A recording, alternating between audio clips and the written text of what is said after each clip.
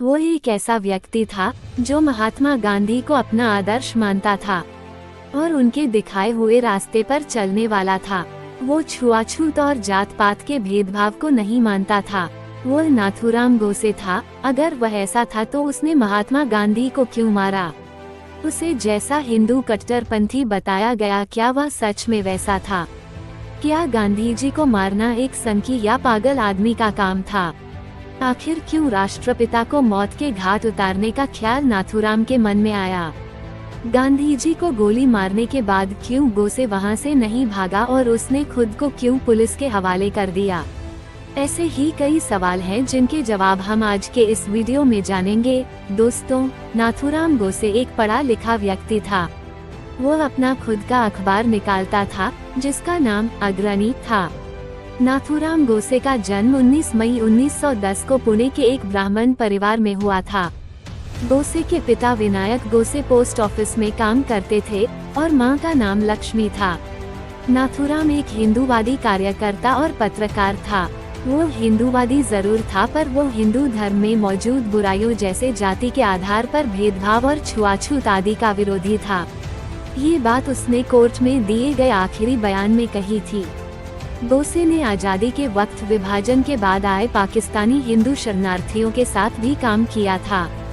उसी दौरान उसे लगने लगा कि विभाजन के लिए जिन्ना की मुस्लिम लीग और कांग्रेस दोनों जिम्मेदार थे। गोसे मानता था कि कांग्रेस का कोई भी फैसला गांधी के बिना नहीं हो सकता और इसलिए वह ये भी सोचने लगा कि देश के विभाजन में महात्मा गांधी भी जिम्मेदार है और इसी कारण उसने उनकी हत्या कर दिया। लेकिन हत्या की वजह इतनी भर नहीं थी। कहा जाता है कि गोसे ने गांधी जी की हत्या करने का आखिरी फैसला 13 जनवरी 1948 को लिया था।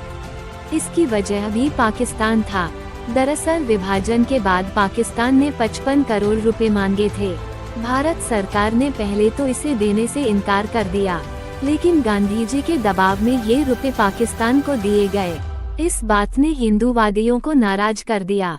गोसे भी उनमें से एक था। गांधी हत्याकांड की जांच कर रहे कपूर कमीशन बताते हैं कि 30 जनवरी से पहले भी गांधी जी को मारने के प्रयास हुए थे। 20 जनवरी 1948 को ही प्रार्थना सभा से करीब 75 फीट दूर एक बम फेंका गया था। इस कांड के दौरान मदनलाल नाम का एक व्यक्ति गिरफ्तार किया गया था, जबकि 6 अन्य लोग टैक्सी से भाग गए थे। गांधी जी को मारने की यह 5वीं कोशिश थी। कहा जाता है कि राष्ट्रीय स्वयंसेवक संघ के कार्यकर्ताओं में से कुछ इस काम को अंजाम देना चाहते थे, लेकिन इस नाकाम कोशिश के बाद नाथूराम ये जिम्मा अपने सर पर लिया। उसने नारायण अप्टे और विष्णु रामकृष्ण करकरे के साथ पुणे में 30 जनवरी के अपने प्लान को पूरा करने के लिए योजना बनाई। इस योजना के तहत विष्णु रामकृष्ण करकरे ने पहले ही दिल्ली पहुंचकर माहौल का जायजा लिया। फिर 27 जनवरी को मुंबई से विमान में अप्टे और गोसे दिल्ली पहुंचे तो उन्हें विष्णु रामकृष्ण करकरे ने बताया कि हत्या के लिए कोई पिस्तौल नहीं मिल पाई है।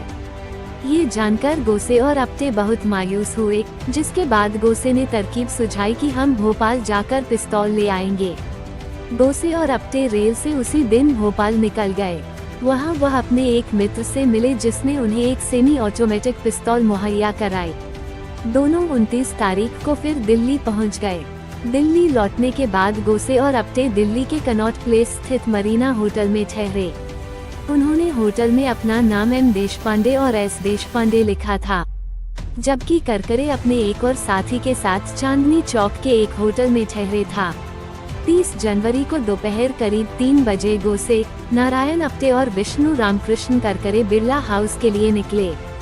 गोसे ने नारायण अप्टे और विष्णु रामकृष्ण से कहा कि पहले वो हाउस में घुसेगा, बाद में वो दोनों आएंगे। गोसे जब बिरला हाउस पहुंचा तो वहां कुछ खास तलाशी नहीं हो रही थी, जिस कारण वह आराम से पिस्तौल लेकर अंदर घुस गया।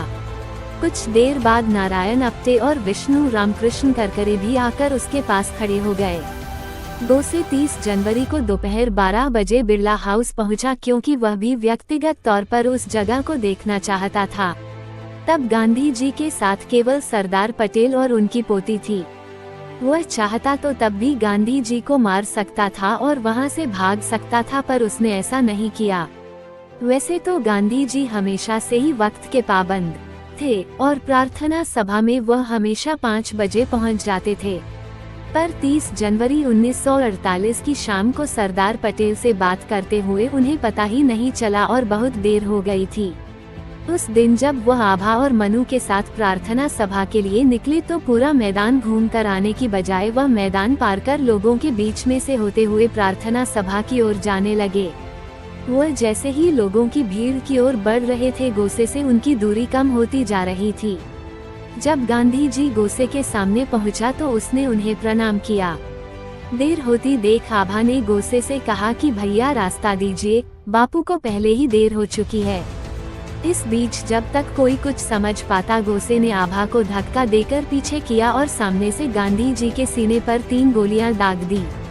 इसके बाद वहां पहले तो किसी को कुछ समझ नहीं आया, फिर अफरा तफरी की स्थिति बन गई।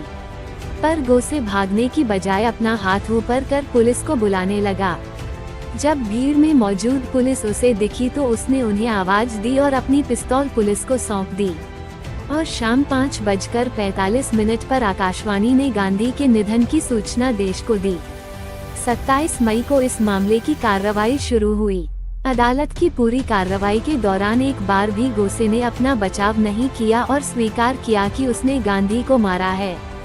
8 नवंबर 1949 को गोसे को फांसी की सजा सुनाई गई। 15 नवंबर 1949 को नारायण अप्टे के साथ उसे फांसी दे दी गई। इस मुकदमे में नाथूराम गोसे सहित 8 लोगों को हत्या की साजिश में आरोपी बनाया गया था। इन 8 लोगों में से 3 आरोपियों शंकर किस्तिया, दिगंबर, विनायक दामोदर सावरकर बाद में रिहा कर दिए गए। दिगंबर बड़गे को सरकारी गवाह बनने के कारण बरी कर दिया गया। शंकर किस्तिया को उच्च न्यायालय में अपील करने पर माफ कर दिया गया।